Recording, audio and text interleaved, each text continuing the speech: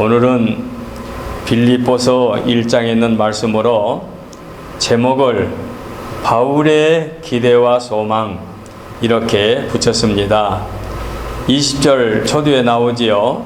나의 간절한 기대와 소망을 따라. 그러니 제목은 길어서 바울의 기대와 소망 이렇게 말했지만 좀 더 아름답게 수식하자면 오늘 본문에 나온 그대로 나의 간절한 기대와 소망, 간절한을 더 추가해서 바울의 간절한 기대와 소망 이렇게 제목을 붙이면 더 제 마음에 좋을 것 같이 생각이 됩니다. 아까 우리 집사님도 기도해 주신 대로 다음 달이면 이제 우리 교회가 장로 장립식을 거행하도록 준비하고 있습니다. 이제 그렇다면 시무 장로가 세워짐으로 말미암아 완전 조직 당회는 아니지만 준 당회로 교회가 구성이 되게 되는 거지요.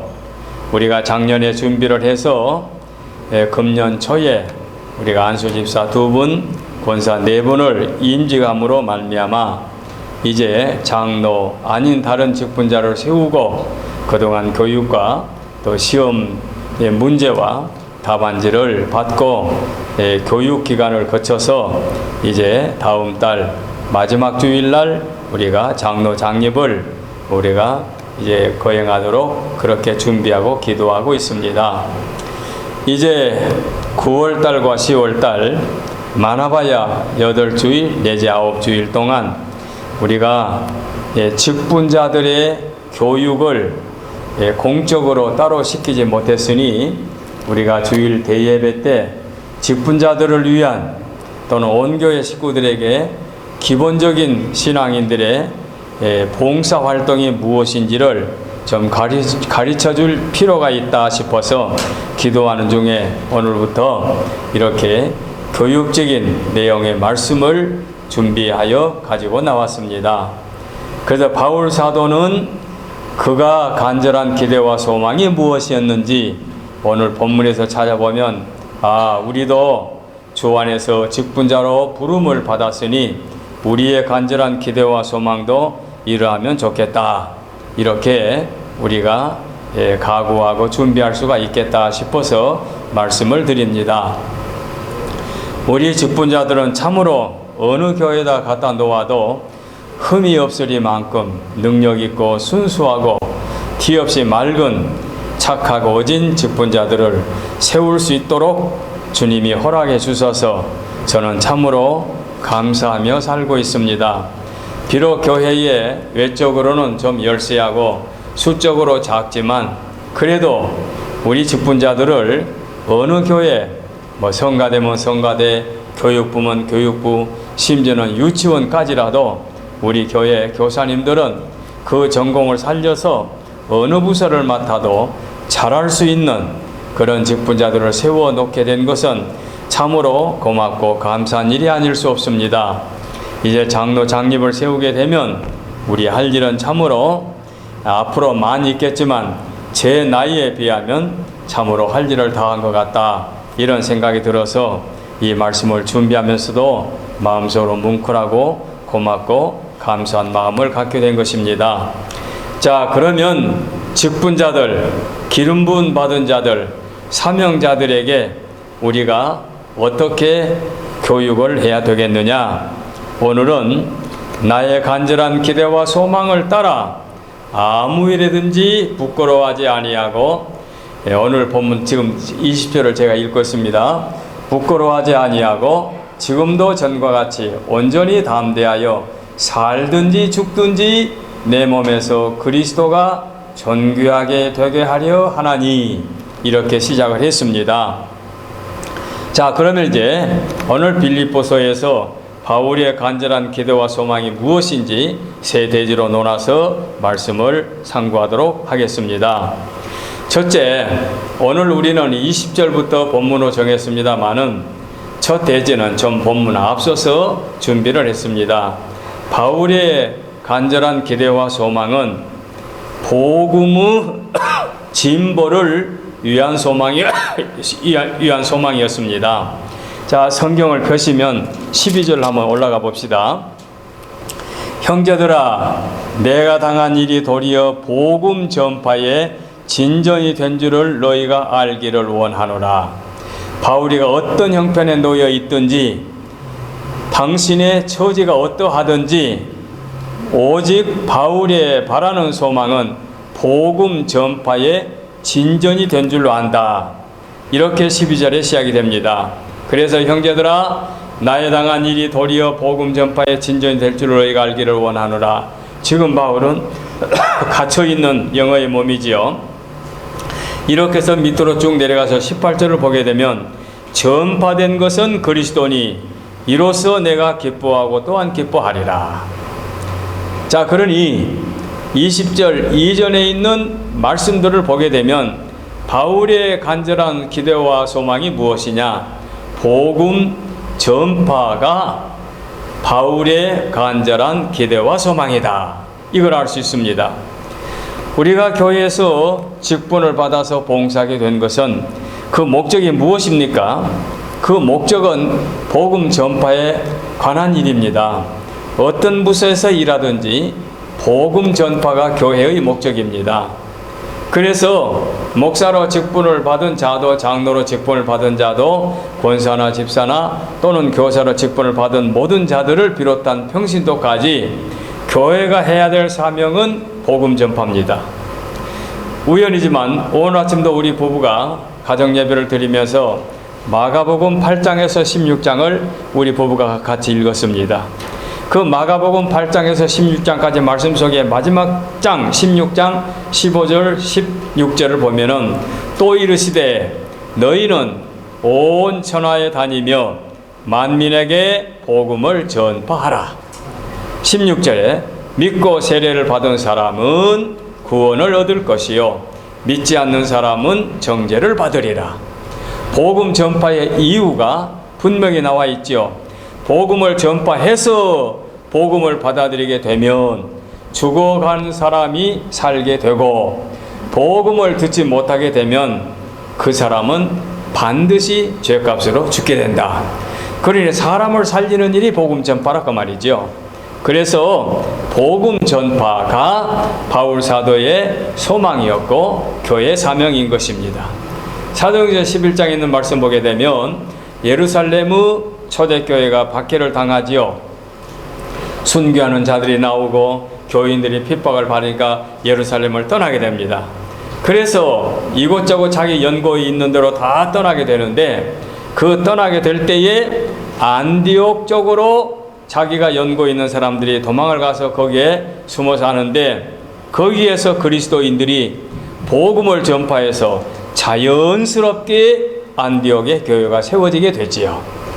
그 교회가 내중에 바울 사도를 비롯한 바나바가 파송되어 가지고 1년간 교육을 시켜서 그 교회가 선교사를 파송한 걸 보면은 그들이 평신도로 가서 복음을 전파해서 교회가 세워지고, 또 그들이 성장해서 선교사를 파송하고 그 선교사들이 세계에 많이 파송되어 가지고 오늘날 우리가 그리스도인이 되고 그리스도 안에서 믿음으로 살게 된 거지요. 오늘 그래서 주보에도 한국의 최초에 세워진 교회가 어디이냐? 황해도 송천교회다. 그래서 거기에 대한 내력을 제가 간략히 소개해 놓았는데, 이렇게 복음 전파의 결실이 이렇게 저렇게 각 세계 각처마다 전파되어 가지고 그것이 결실을 맺게 되는 것이니, 이것이 주의 기쁘신 뜻이요 바울 사도의 기쁜 뜻이요 우리 직분자들의 기쁜 뜻이 되어야 된다. 그래서 바울의 간절한 기대와 소망처럼 우리도 복음 전파에 깊은 뜻과 관심과 그리고 소망을 갖고 살아야 되겠다는 뜻에서 오늘 바울 사도의 이 말씀을 드립니다. 오늘 본문에서 분명히 바울 사도가 어떤 상황에 놓여 있든지, 다툼으로 복음이 전파되든지 화합으로 복음이 전파되든지, 내가 마음껏 다니면서 복음을 전파되든지, 내가 감옥에 있으면서 복음을 전파되든지 복음 전파되는 것으로 나는 기뻐한다 했습니다.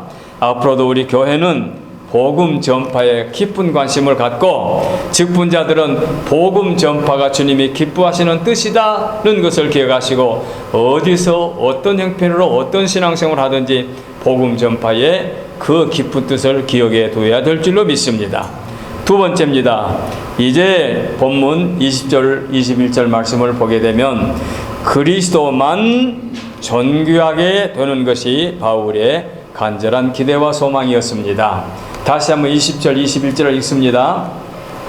나의 간절한 기대와 소망을 따라 아무 일에든지 부끄러워하지 아니하고 지금도 전과 같이 온전히 담대하여 살든지 죽든지 내 몸에서 그리스도가 존귀하게 되게 하려 하나니 이는 내가 사는 것이 그리스도니 죽는 것도 유익하다.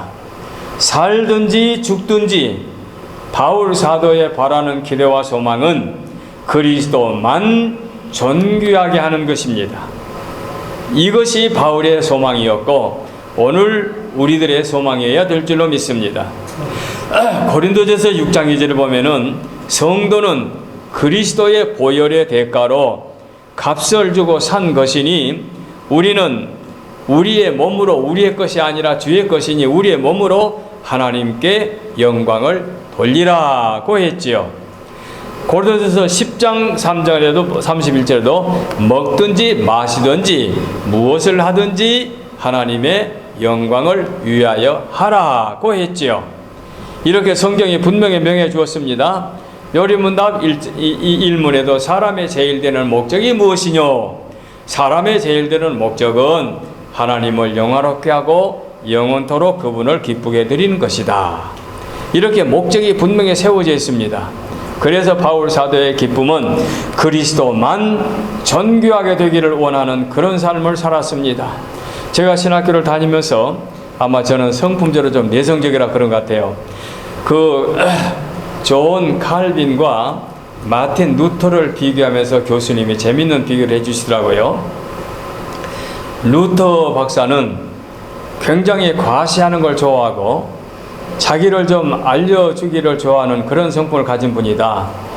그래서 외국에 나가서 고국에 있는 자기 자녀에게 편지를 쓸 때도 나 루터 박사는 이런 식으로 글을 쓰고 또 아이들에게 교훈할 때도 무슨 그 동화를 하나 쓰듯이 자기도 주인공 자기 자녀도 주인공에도 동화를 쓰듯이 이렇게 글을 써서 거창하게 해서 이름을 내는 것이 그의 특징인데 존 칼빈 선생은 전혀 자기를 내놓지 않는다. 그래서 스위스 제네바 가면은 존 칼빈 선생의 묘지가 있는데 세계의 모든 그리스도인들이 또는 교수들이 목사님들이 그 스위스 가지고 칼빈 그 선생님의 묘지를 찾는데 안내해주는 분이 가게 되면은 조그만 묘에 표석이 하나 있다는 거예요.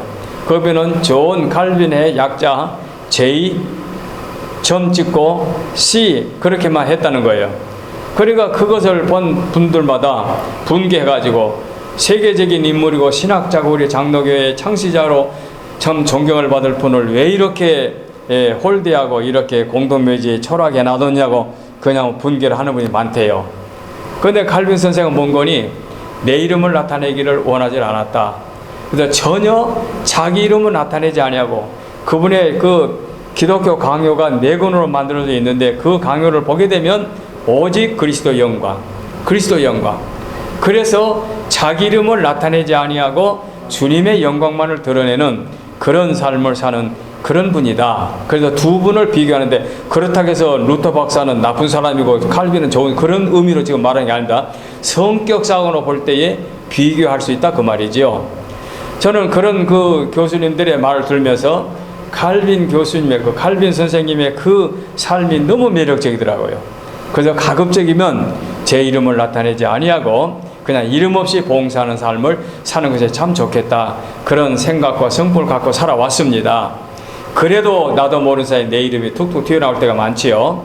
그런데 바울 사도가 분명히 그리스도만 존귀하게 되기를 원한다고 말하면서 사는 것도 주를 위하여 죽는 것도 주를 위하여 그래서 살든지 죽든지 주의 것이다. 그래서 그리스도만을 존귀하게 여긴다고 분명히 말씀하고 있습니다. 그런데 여러분, 객관적으로 우리 주위를 한번 보십시다. 많은 분들이 자기 이름을 내려고 하는 목사님들이 얼마나 많습니까? 그래서 세상에서 권력을 또는 금력을 또는 향락을 취하는 타락된 주의 종들도 많이 있습니다. 부정하지 않습니다. 그런 분들 때문에 비방도 받지요.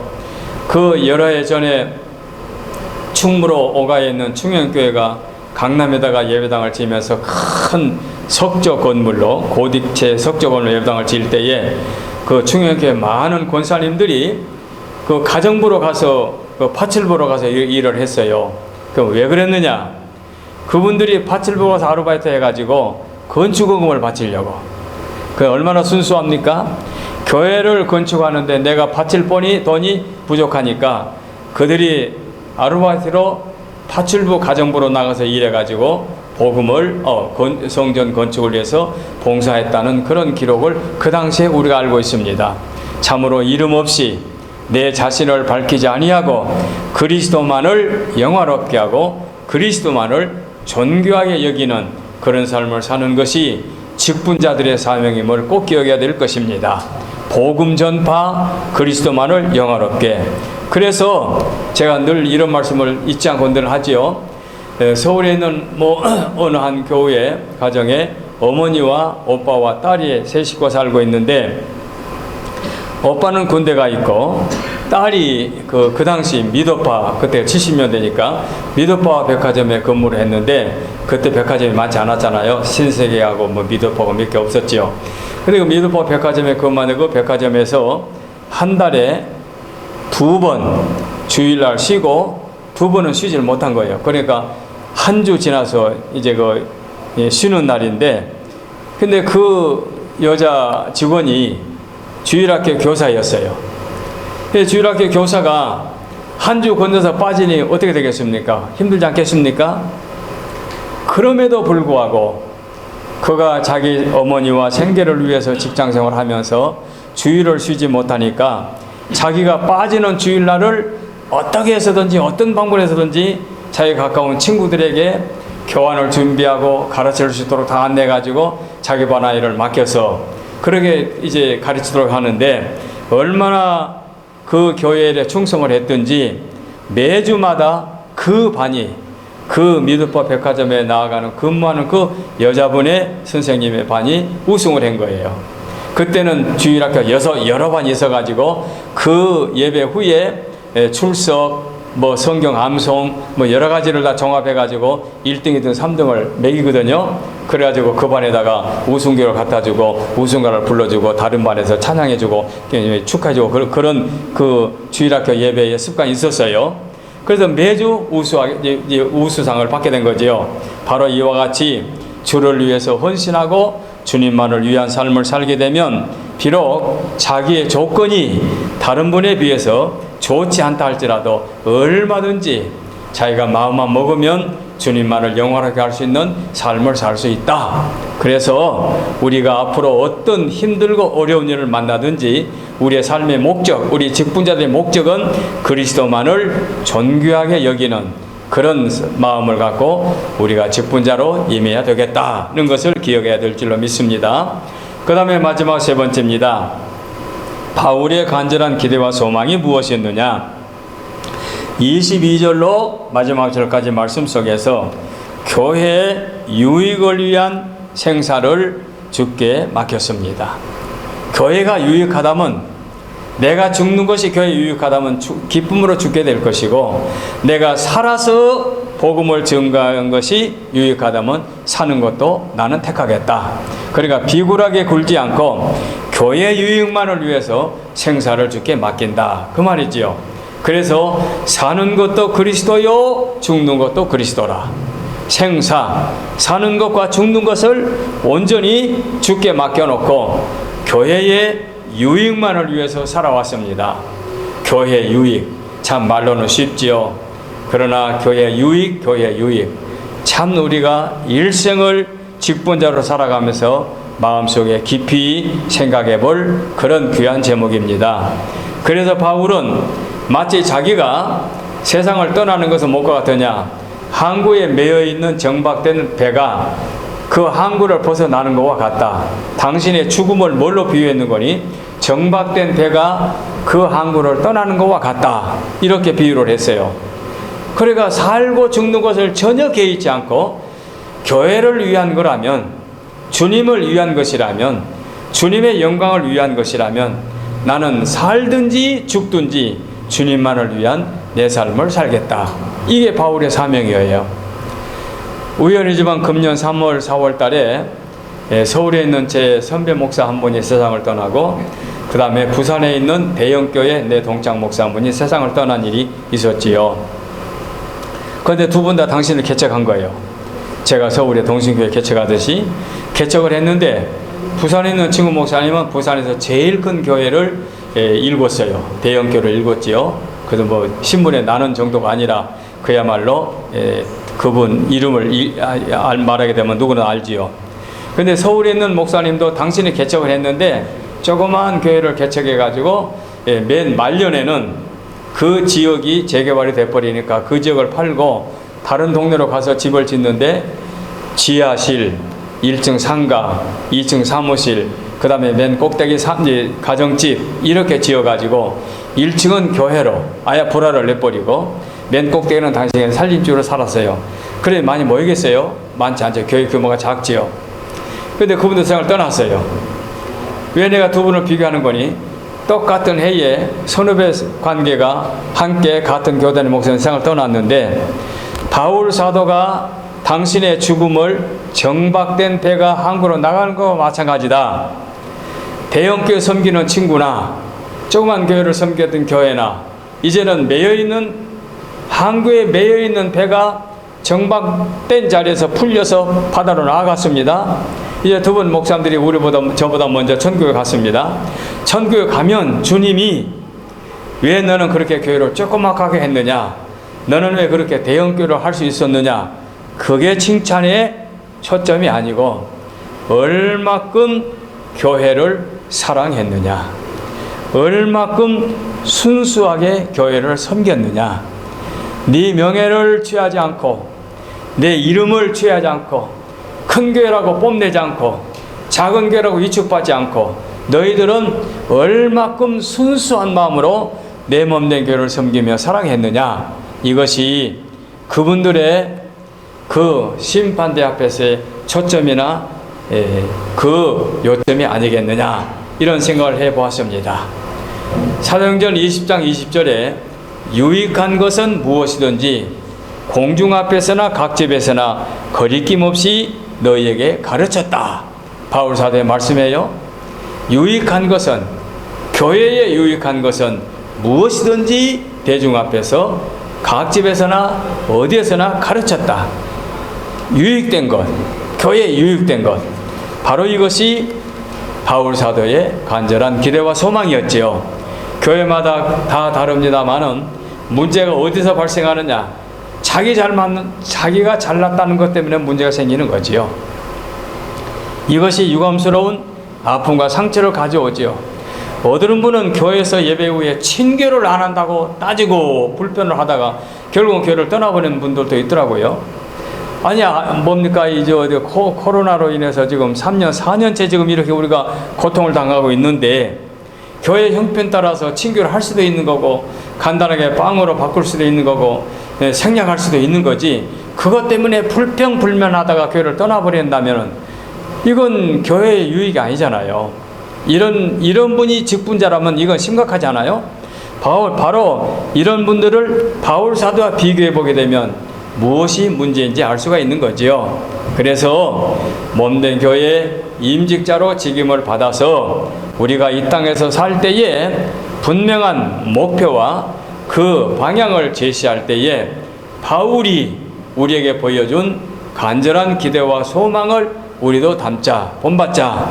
그는 복음 전파되는 것이 그의 간절한 기대와 소망이었고, 그는 그리스도만을 존귀하게 여기는 것이 바울의 간절한 기대와 소망이었고, 교회에 유익되는 것이 그의 간절한 기대와 소망이었다. 얼마큼 간절한 기대와 소망이었느냐? 사는 것도 유익하면 살게 되고 죽는 것도 유익하면 죽겠다.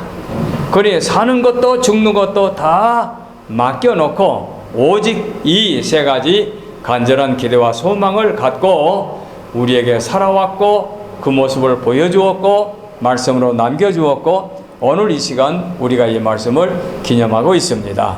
앞으로 우리가 장로로 장립을 받고 교회를 봉사할 때에 순수하게 꾸밈없이 순진하게 티 없이 맑게 봉사하되 바울사도 같이 분명한 목적, 복음 전파, 그리스도만을 존귀하게 여기고 교회 유익을 위한 헌신적인 직분자들 되어주기를 바라서 오늘 말씀을 드립니다. 기도하겠습니다.